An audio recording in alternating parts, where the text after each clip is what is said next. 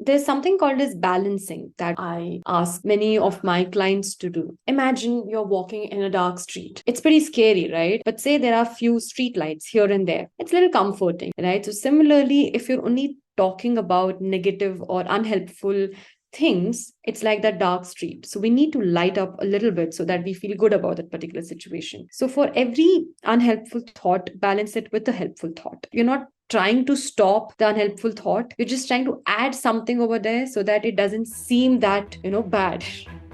Hey everyone, welcome to the Anarchy Podcast. 99% of traders will never make consistent profits. So why listen to the 99% of advice? On this show, we're going to challenge some of the most hallowed and repeated tenets of trading, and in doing so, set you up to succeed where others fail. Spoiler alert, we don't have a secret strategy or magic wand that will let you skip out on the hard work of learning the markets, but we can debunk viewpoints that are holding you back. If that sounds good to you, come join us.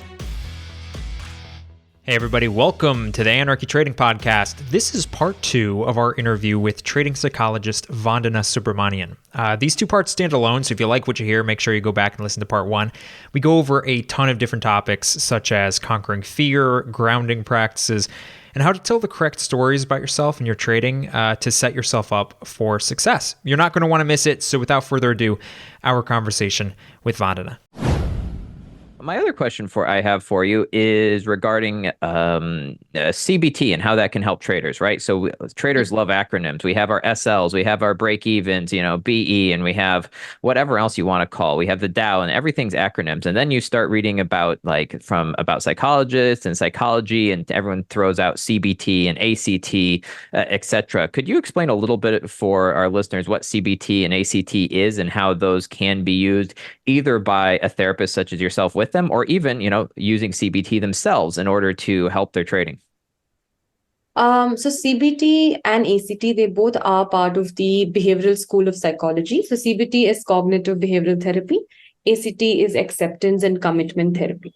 So both of them have some similar aspects, but ACT is more of a modern approach and CBT is a little bit older approach. So I won't bore you guys with the technicalities about the therapy. I'll just tell you certain things that each of these therapies, follow. So cognitive behavioral therapy is more to do with, challenging your mindset, or, rather challenging how you think and how you can change your behavior according to that. So I was talking to you all about, the definition or the narrative that we say to ourselves.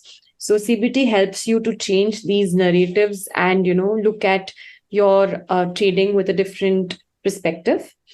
ACT, that is acceptance and commitment therapy, is more to do with, accepting or being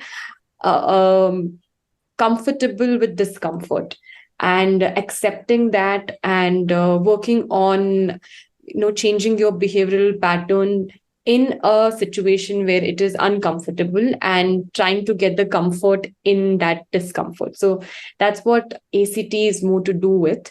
So in trading, I think, not only in trading, I think generally as well, the narrative that we say to ourselves play a huge role because, end of the day, you're alone with yourself in any of the tasks that you do. And if you're going to be mean to yourself, then definitely, the work is half-baked because we might be great to other people. We're very kind and nice and helpful to others. But if you're not that to ourselves, that's when, things can go downhill. So whenever we make a loss or when we are not, putting the stop loss in the right places, we tend to beat ourselves. We feel very down and, we put a narrative to ourselves that, okay, today also we're going to make a loss and, oh my God, I won't be able to, meet my desired expectation for this particular month. I won't be able to make this particular return. So you're in a negative loop. And when you do that, so there's this cycle, right? What you think, it affects how you feel and how you feel affects your behavior. So when you start thinking like this, you're going to feel very sad. You're going to feel like completely hopeless and your behavior is going to be exactly that. You might not be at the present. You're only thinking about the past. You're only thinking about the future. And our brain is designed to be in the present. So when you're thinking about the past and future, your fear builds in and you take impulsive decisions, you make wrong moves, and then again you feel bad about yourself. So it's like the cycle. So we need to break that cycle. We need to change our narrative. We need to bring ourselves more to the present so that we can use our rational part of the brain more actively. And so these two therapies essentially help you to do that. So what are some Hmm. so let's say, like, what would be an actual example? What could someone do if I come to you and I say, yeah, I'm a failing trader. I've been failing and I'm depressed and like I feel like I'm a failing trader. What is like some actual tangible steps that I could take in order to improve that? Sure. So this is something that many of the traders love when they have actually tried it and it has helped them, is grounding. So have you both heard about it? I have heard about it, but in terms of addiction stuff, not in terms of trading. So I'm curious. Okay. So the meaning of grounding is to get you to the present, right? So whenever we meditate or whenever we cook or take a bath, we're actually in the present because you're utilizing all of your sense organs, right? So Hmm. when you're trading, what I generally ask them to do is whenever they start to feel this overwhelming sense of fear. So what we do is, okay, let's get yourself to the present. So we ask questions like, what is it that you see around you? What is it that you're feeling at this particular moment? What are the different things that you can touch? What is the sound that you're hearing? And what is the smell that you can smell right now?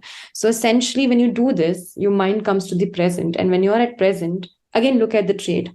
You'll be able to take a better decision as compared to the time when you're thinking about, oh my God, I'm going to lose. I'm not going to make money today. Or, I'm going to take such a big hit. I'm going to erode my capital today. So when you're in that loop, like I said, you become very emotional, right? So you need to get yourself to the present. So that can be done by using your sense organs. So practically what we ask them to do is, okay, look at the trade, grab five, six things around you, because each of these things will have different temperature.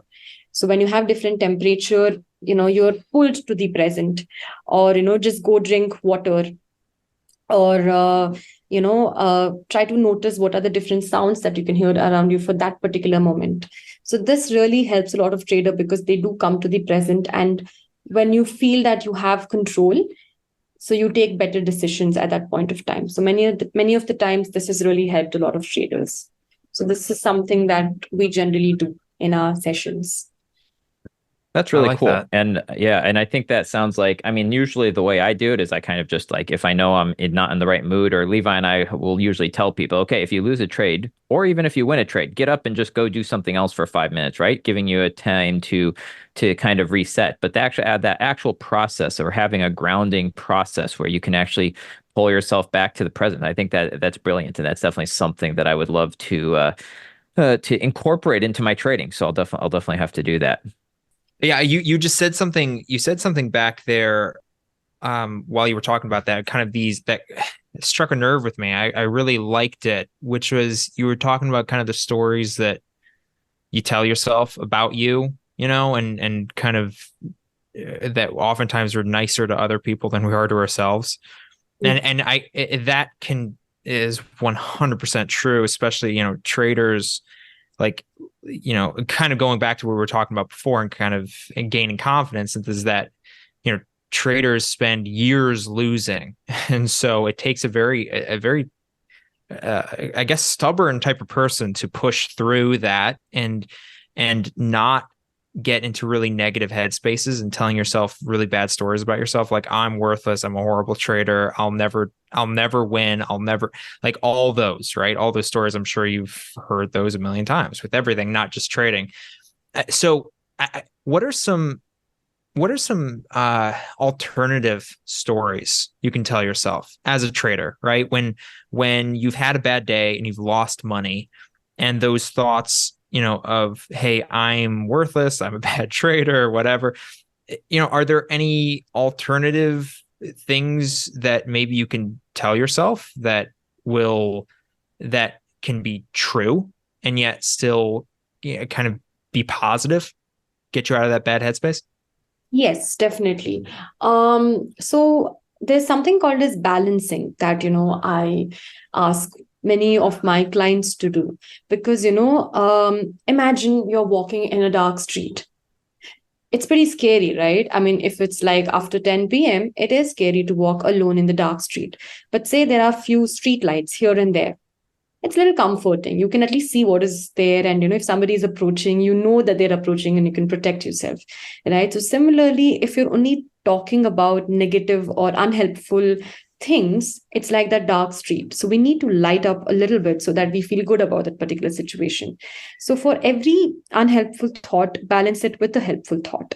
It's not that we only had bad days, we've also had good days, right? So, for example, if you tell yourself that, oh my God, I made a loss today, then balance it with something like, that day you made a profit.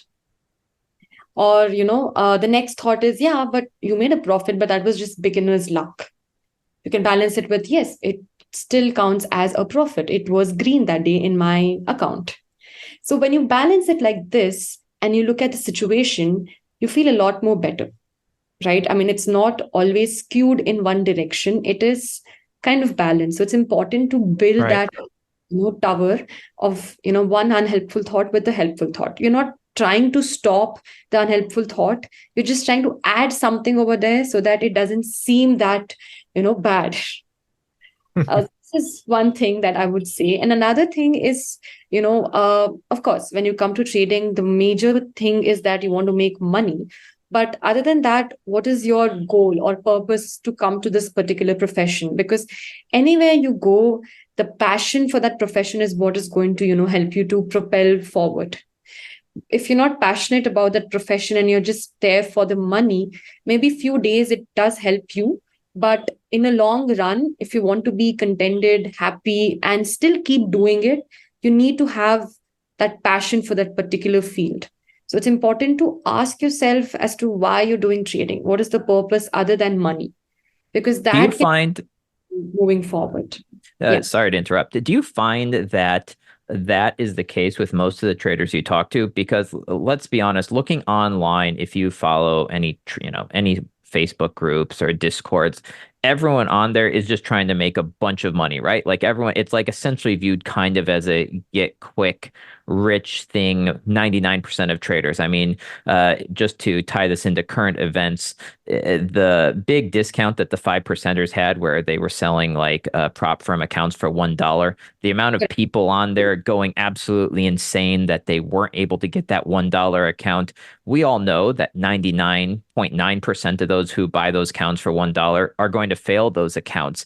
Those people are all money driven. So how many people do you find that are in it for other reasons? Or to add on to that question, if their main reason is money driven only, how can you help them find other reasons in order to make it sustainable? Actually, you'll be surprised to know that initially everybody thinks of it to be just money driven, but those who stick on for a longer time, they do have other things. Like, for example, the two of you want to, build a stable, sustainable source of revenue for yourself. And, at the same time, give it some time for it and, figure out from your own mistakes. And like, for example, you guys have this podcast, it's going to educate a lot of different people. And when you get a feedback loop which says that this really helped me, so then you slowly start to see the market or your trade in a very different angle. So many of them end up saying things like, we want to feel that independence, we are here because it's pretty unpredictable and we want to kind of figure out how to make this work in favor of us. Many of them are very passionate about it. And we tend to remind them about this passion as to why they are in this particular space. It's not all about the money, it's about the process as well. So many of them do like the process. And you can then probe them as to what is it about this process that you like. And you'll slowly, discover the other reasons behind why you're trading.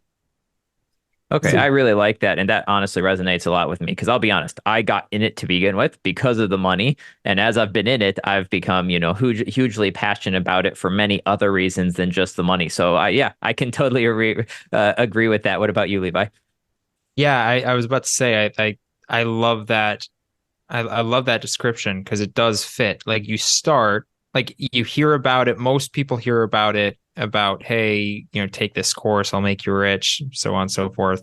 Jordan and I were in the same boat. Um, and then yeah, like you have to find something else that drives you. I mean, for me, it's not just money, but also, like now it's passion for like I really do like just sitting and watching the market. For some reason, the idea that you can watch, you know, billions of dollars and essentially whole economies go up and down, and the money flow back and forth, and you're just a little fish in that pond, kind of getting swept back and forth, and hopefully just hopping on and hopping off at the right time and pulling a little bit of money here and there out. It's really, really cool to me. And I think a lot of people do find that if you stick with it, you're not just a flash in the pan. If you do stick with it, you develop a passion for it. I think that's really important. I think that's a great idea to kind of dig deeper, like not just like to ask yourself some questions. Like you said, ask yourself some questions until you do get to those deeper ones. Sometimes you might have to ask a few questions in a row. I'm sure sometimes you have to really pull it out of people, but you could probably find some deeper reasons behind a lot of people in the market. Yeah. And you get to learn a lot from these traders as well. I actually like trading psychology sessions because, you can see how much they're ready to put in. Most of the time, like 99% of the traders make a loss. It's just that 1% who make profit.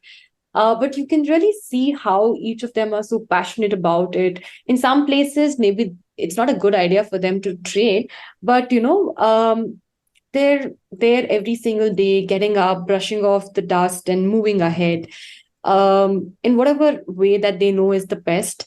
And I've learned a lot from them actually. So yeah, that's something very interesting about traders.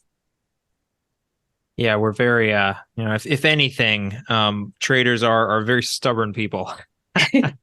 So that's at least to be a good one, you gotta have a little bit of that stubborn, obstinate, I'll figure it out eventually type attitude. So Yeah, and that's I guess I would also say probably the people that reach out to you are people who are actually into it enough where they're going to talk to a trading psychologist. You're probably already talking to those people who are very serious. These are not the people who are just going to spend a couple bucks and want to be traders. These are guys who are serious. They're actually investing in themselves and actually taking the time to really level up. As you said, like it's kind of funny because I don't know how closely you have followed trading, as a rule, but traders love to throw around the whole world. Your trading psychology needs to be improved, right? And then you probably get to hear that from traders. They come to you and they're like, yeah, our trading psychology needs to be improved because I was told that on YouTube, but they don't really know what that means. So it's really cool to hear that, from your perspective of those traders coming and approaching you about that. Yeah, I mean, it's funny because like Jordan said, like trading psychology, it's a buzzword. Everybody says your trading psychology is really important, but I have to admit, like the people who actually go to a trading psychologist, that's probably a rarity. Like most people are much more willing to throw money towards some guru online. So having someone who's willing to actually go, hey, trading psychology is important. Okay, how do I fix that? How do I fix my trading psychology? Oh, I'll find a trading psychologist. That's a really cool type of person. I mean, I really like that. So as far as when it comes to you mentioned this already, but when it comes to like discipline, discipline's a really big one for traders. It's big for me. I think a lot of people are really undisciplined. I'm undisciplined naturally. Like I think a lot of people are very undisciplined. Especially I guess the kind of we are the online generation. So I think how do you even begin to develop this, right? So some trader comes to you and says, "Hey, I have these rules, but I don't follow them. I know when I should take trades, but I don't. I know I shouldn't take a certain trade, but I do." Like, how do you begin to kind of dig into that and go and start building how do you build discipline? I mean, I guess that's a much more general question, but specifically, I guess with trading, how do you go from being an undisciplined trader and start building discipline as a trader and start like becoming the type of trader that you actually want to be? So that's exactly that, the last line that you said, the trader that you want to be. So we tend to ask traders, like, what is it that they're doing and why is it that they're not being disciplined? So they give very similar answers like this, like, I really want to do it, but I'm not able to do it. So we tend to ask, okay, what is the reason behind you're not able to do it? What is stopping you? Is this particular thing that you're doing helping you in the long run, or is it more to do with, not helping you? So when we ask questions like this, you tend to become aware.